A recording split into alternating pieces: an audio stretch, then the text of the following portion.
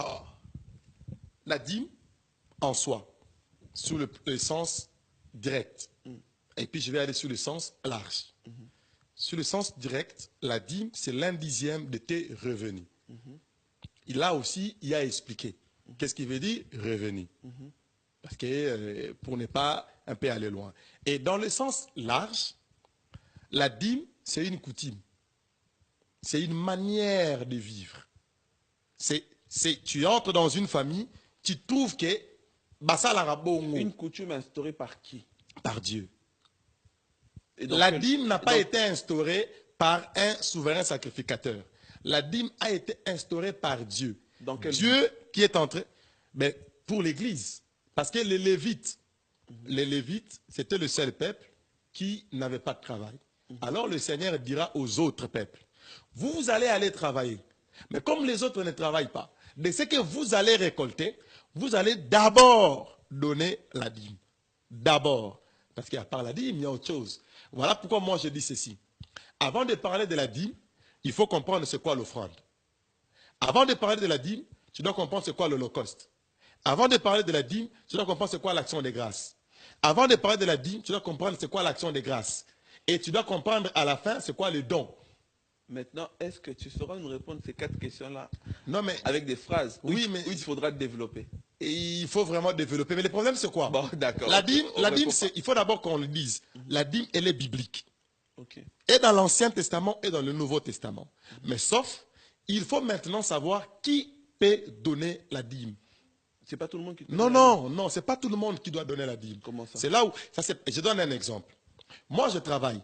Le frère John touche le CPS. Moi, je donne la dîme. Toi, tu ne donnes pas la dîme. Mais le CPS n'est pas un travail. C'est un revenu. C'est pas un revenu. Si. Frère. On appelle ça un revenu, frère. Bon, on est en Europe. Hein? Le CPS, ça s'appelle revenu d'intégration sociale. Ok.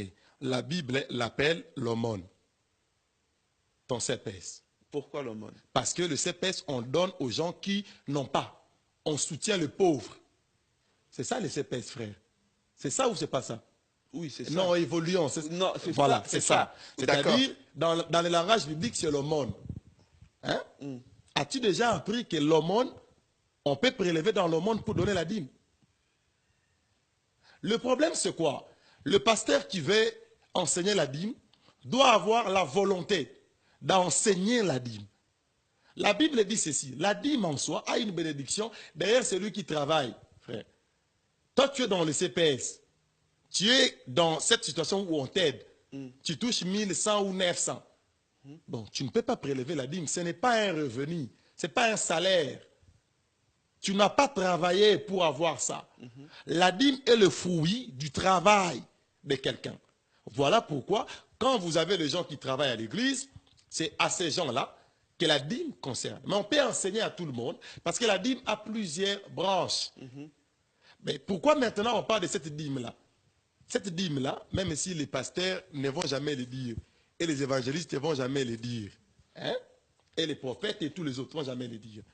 La dîme-là de moi, Hervé, qui travaille, comme moi, je suis un salarié. Ma dîme, quand je le paye, je ne donne pas. La différence, c'est ça. Et je paye ma dîme.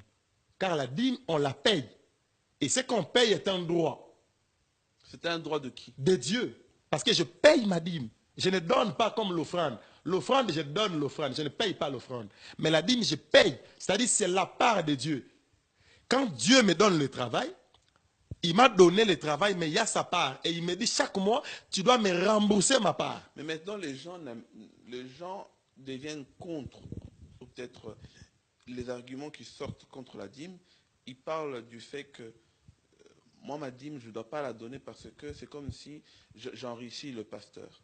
Est-ce que vous êtes d'accord pour ça? Bon, le problème, c'est comme j'ai dit, parce qu'on résume d'abord la dîme sur le plan monétaire. Voilà, c'est ce qui fait défaut.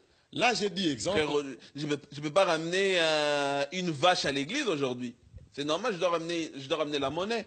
Voilà pourquoi j'ai dit que c'est parce que tout dépend de comment vous définissez votre dîme.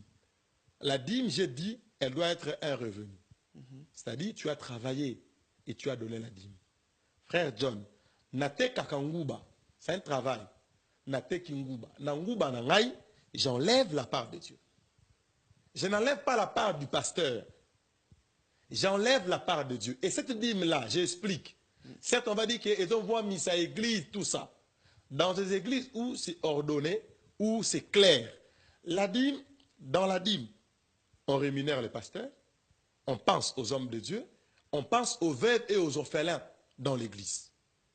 Avec l'argent de la dîme. Voilà pourquoi que cet argent-là, quand on le donne à des femmes et à des veuves, à des orphelins, ça devient l'aumône.